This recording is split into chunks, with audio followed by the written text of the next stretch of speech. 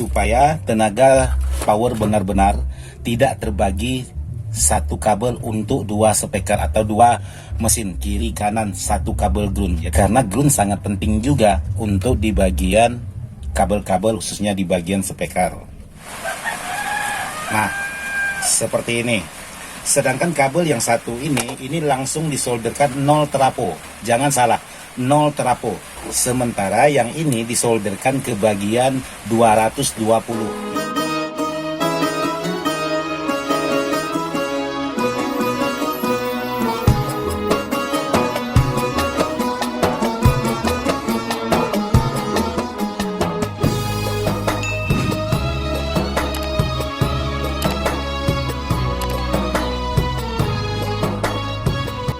Oke, buat sahabat-sahabat, jadi buat sahabat-sahabat, sekarang saya ingin membuat tutorial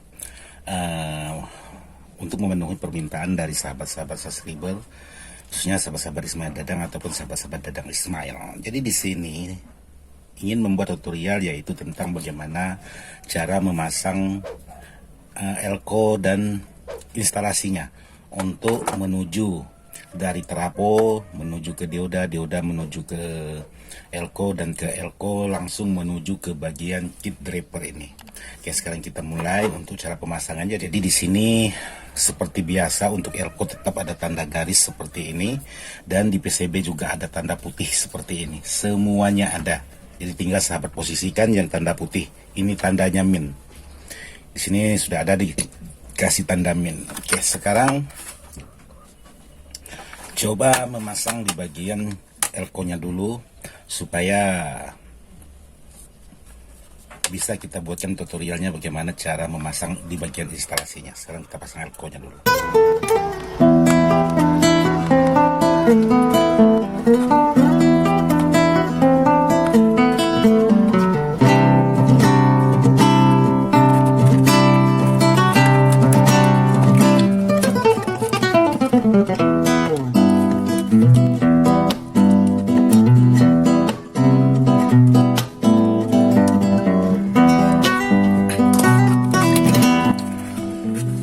Pemasangan sudah, jadi perhatikan betul-betul jangan sampai ada ketukar antara tanda garis ini dengan yang lainnya, harus sama.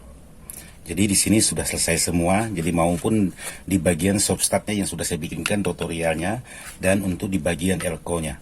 Jadi untuk selanjutnya di sini, karena saya sudah memasang untuk di bagian dioda menempel di bagian body box ini, supaya kalau memang beban power ini berat, jadi ada daya serapnya yaitu bodi ini, karena bodi ini cukup lumayan tebal juga, jadi cukup lumayan berat, cukup lumayan menyerap panas untuk di bagian dioda, karena dioda juga rentan panas kalau power tersebut dihajar menggunakan bus yang terlalu dominan besar. Jadi di sini untuk di bagian dioda, khususnya dioda seperti ini, di sini ada tulisan min dan plus, mudah-mudahan bisa kelihatan. Sedangkan di bagian yang ini, kiri kanan ini ialah menuju pol trapo.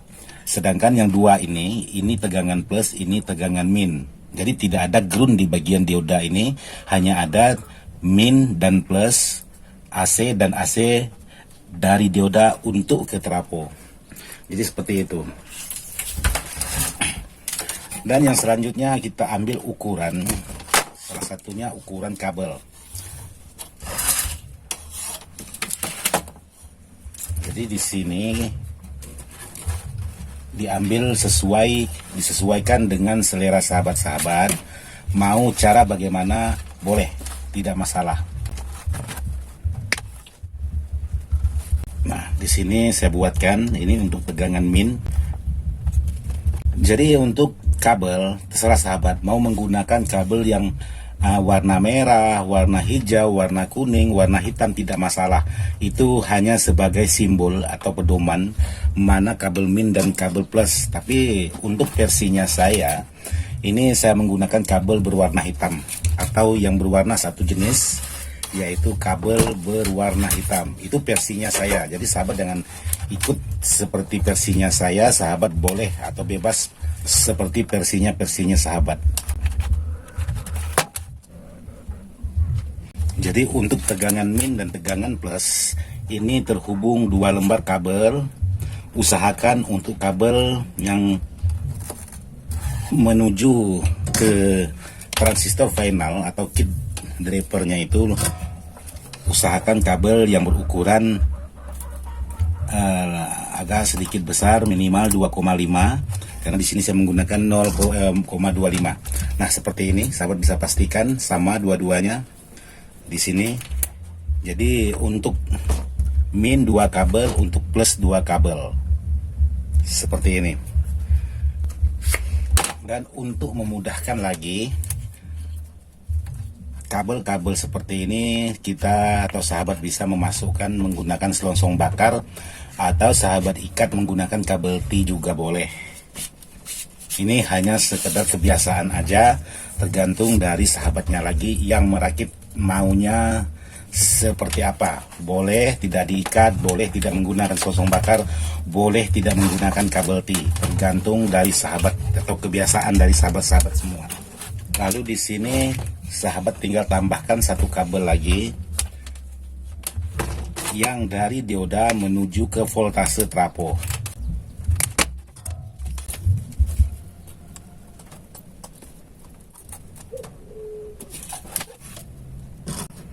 Nah, seperti ini, cukup 2 lembar kabel yang dari dan menuju ke titik trafo. Sedangkan di sini ada kabel merah hitam. Kabel merah hitam ini boleh sahabat masukkan juga.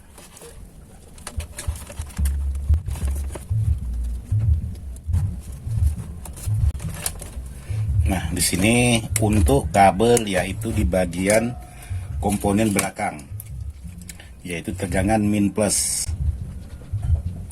yaitu kabel untuk penguat input. Nah, seperti ini, karena penguat input langsung mengambil di bagian, nah seperti ini, karena di sini sudah ada R penghambat. Nih, di sini udah ada R penghambatnya yang dari tegangan besar menjadi tegangan semestrisnya, yaitu tegangan kecil.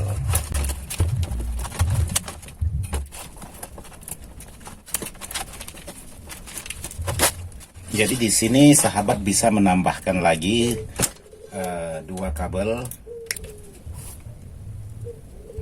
Nah, seperti ini, tambahkan lagi 2 kabel di bagian tegangan antara tegangan min dan tegangan plus. Nah, seperti ini. Jadi sudah terpasang semua, pastikan ini solderannya benar-benar kuat. Nah, jika sudah selesai seperti ini, ialah untuk menuju ke bagian PCB elko ini, karena tumpuan segala tegangan itu bertumpu di bagian dioda ini. Maka dioda ini harus kita pasangi heatsink.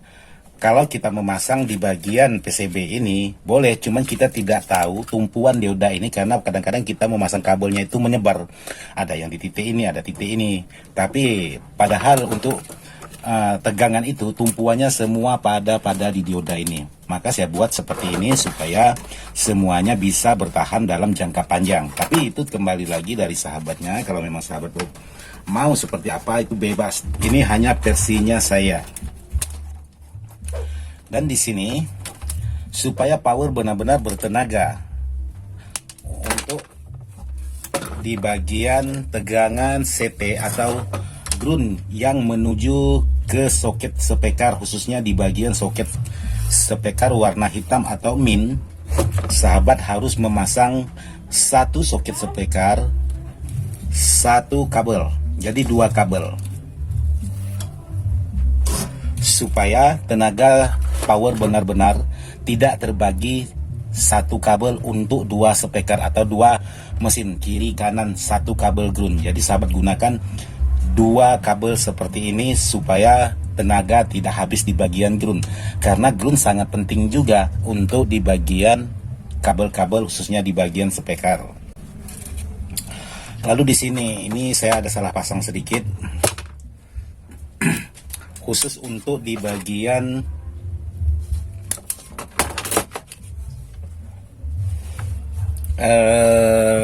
soft startnya. Ini sahabat bisa memasang kabel input untuk di bagian soft startnya. Nah, di sini terhubung ke bagian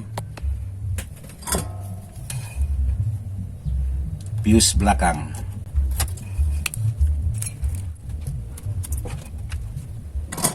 Oke, seperti ini. Ini untuk yang menuju ke bagian trafo. Jadi di sini satu sumber untuk di bagian protect stopstatnya ini yang memutus hubungan sementara untuk menuju tegangan masuk ke trafo. Jadi seperti ini. Jadi ini dari fuse belakang, mudah-mudahan bisa kelihatan. Nah, seperti ini. Ini fuse belakang, kabelnya menuju, sedangkan kabel yang satunya ini langsung ke bagian saklar depan, ini juga menuju ke bagian depan. Jadi seperti itu. Terus untuk saklar di bagian stopstat, saya pasang di bagian ini. Ini khusus di bagian saklar. Nah, di sini sudah selesai semua untuk pemasangan kabel-kabel khususnya di bagian trafo. Nah, sekarang saya ambil ukurannya dulu untuk kabelnya supaya bisa pas semua. Oke, sudah selesai. Jadi di sini untuk kabel yang di bagian dioda tadi, ini tinggal sahabat potong dua seperti ini. Nah, tinggal sahabat pastikan plus harus menuju ke bagian tegangan plus, min harus menuju di bagian tegangan min, yaitu di bagian papan PCB ini. Jangan sampai salah. Kalau salah, otomatis tegangan bisa drop. Kalau sahabat tidak menggunakan stopstat, otomatis elko bisa langsung pecah. Kalau sahabat tidak menggunakan stopstat, tapi kalau menggunakan stopstat, kemungkinan stopstat tidak bisa bekerja atau lama untuk bekerja dan menghasilkan ini atau air ini panas. Kalau sudah tidak kita hiraukan, dia langsung putus di bagian air ini. Kalau memang sudah putus di bagian air ini, lalu di bagian protect ini bekerja, alhasilnya elko bisa pecah semua. Kalau pemasangan ini antara tegangan min dan tegangan plus ini ketukar. Jadi sahabat harus benar-benar pastikan mana tegangan min untuk di bagian dioda dan mana tegangan min untuk di bagian papan PCB elko ini. Mana untuk tegangan plus di bagian dioda dan mana untuk tegangan plus untuk di bagian elko ini. Jadi sahabat harus benar-benar pastikan supaya pekerjaan 100% berjalan aman. Dan di sini saya akan membuatkan kabel CT lagi yang menuju dari papan PCB. Jadi saya membuat kabel CT ini langsung 2 buah atau 2 lembar kabel seperti yang menuju ke bagian terminal belakang tadi, dan ini untuk menuju ke bagian ke CT di bagian trafo. Jadi seperti ini sudah selesai pemasangannya, semuanya sudah clear, tidak ada. Jadi sahabat tinggal sebelum sahabat putar balik, sahabat tinggal pastikan dulu, periksa betul-betul pemasangan apakah ada melakukan kesalahan. Maklum namanya manusia, tetap aja melakukan kesalahan. Kalau memang sudah tidak ada melakukan kesalahan, maka baru selesai kita tutup. Dan kenapa saya membuat seperti ini? Berdasarkan pengalaman saya sudah semua tegangan atau kabel-kabel saya mengambil di bagian atas ini, tidak saya buat seperti ini. Di saat ada masalah, maka saya susah untuk membolak-balik PCB ini. Jadi kalau memang seperti ini saya buat, kalau ada masalah, otomatis saya sangat gampang sekali untuk memutar balik di bagian papan PCB ini. Contohnya seperti ini. Nah, jadi tinggal kita angkat, kita langsung putar balik seperti ini. Jadi tidak ada terlalu banyak kabel yang semberautan di bagian papan PCB ini. Yang banyak kabel yaitu sudah tertumpu di bagian dioda ini. Jadi seperti itu. Jadi yang penting sahabat menyolder di bagian dioda ini harus benar-benar pasti kuat. Harus dipastikan benar-benar kuat. Jadi tidak boleh setengah-setengah penyolderannya. Jadi seperti itu. Oke, ini sudah selesai. Dan untuk selanjutnya kita finishing ke arah depan.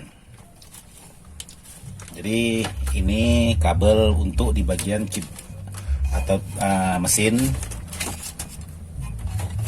Ini kabel-kabel untuk di bagian tegangan trafo. Jadi sahabat bisa memasukkan di bagian selongsong bakar seperti ini. Kalau memang mau tidak menggunakan seperti ini juga tidak masalah, tergantung dari sahabat. Boleh menggunakan kabel T atau boleh menggunakan kabel untuk pengikat-pengikat lain. Tali rapia juga boleh, tidak masalah, aman.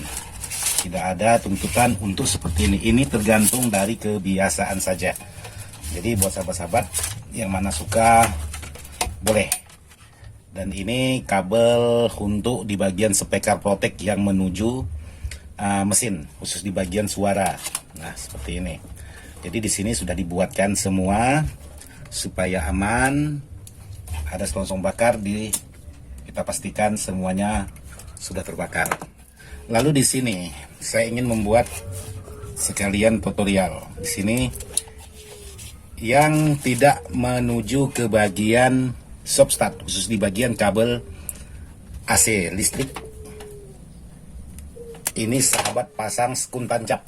Jadi di sini saya suka menggunakan sekun tancap seperti ini, tapi saya tidak suka menggunakan selongsongnya. Nah, seperti ini. Lalu sahabat solder, pastikan jangan tidak disolder, harus disolder karena beban ini sangat berat sekali. Oke, sudah selesai.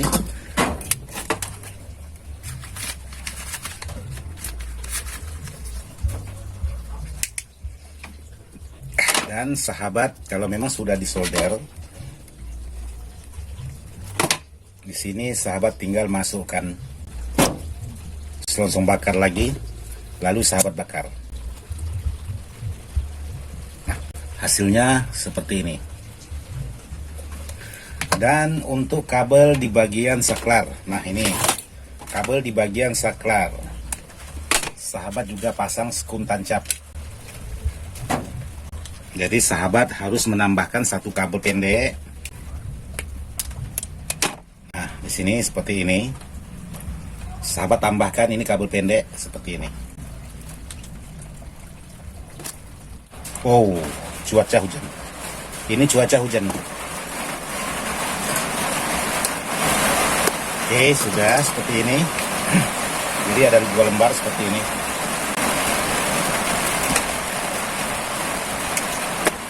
Lalu sahabat bungkus lagi. Tapi kalau sahabat menggunakan bawaan sekun tancap ini otomatis tidak bisa, karena kecil lubangnya. Jadi saya harus membuat seperti ini. Nah, seperti ini. Jadi di sini sahabat, saya pastikan yang satu ini menuju ke bagian bawah seperti ini, sahabat tancapkan seperti ini. Sedangkan yang satu ini sahabat bisa tancapkan di bagian atas. Nah, seperti ini. Sedangkan kabel yang satu ini langsung disolderkan 0 trapo. Jangan salah, 0 trapo. Sementara yang ini disolderkan ke bagian 220 yang ini.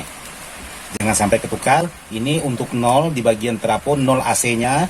Ini 220 AC, 220 volt AC-nya.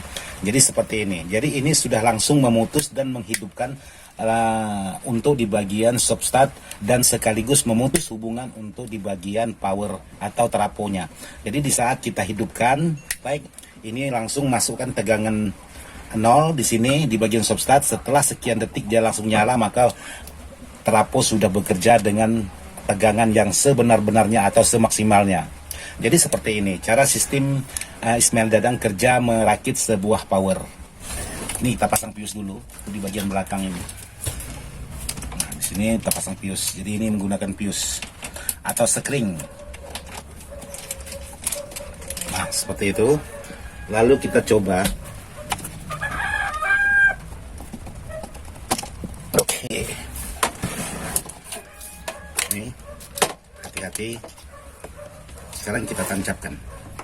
Ini kita matikan. Oh, cuaca turun hujan. Jadi kebetulan hujannya sudah reda. Mudah-mudahan sahabat bisa dengar untuk proteknya substrat bekerja. Nah, jadi seperti itu, dia sudah bekerja semaksimal mungkin. Jadi kalau untuk pertama, kalau kita lama tidak pernah menyalakan itu, maka dia agak sedikit lama, kurang lebih 4-5 detik dia baru start. Kalau sudah kita sering kita nyalakan, maka di bagian elko ini sudah ada menampung tegangan. Jadi sekarang coba saya masukkan. Jadi saya perdekat kameranya di bagian substratnya. Mudah-mudahan sahabat kedengaran. Nah, seperti itu. Jadi substratnya sudah bekerja sebagaimana harapan kita semua. Jadi seperti ini aja dulu yang bisa saya bagikan buat sahabat-sahabat. Semoga video ini bisa bermanfaat. Mohon maaf, video ini saya buat tidak maksud hati untuk menggurui sahabat-sahabat. Karena saya tahu di luar sana sangat banyak sekali sahabat-sahabat yang sudah senior.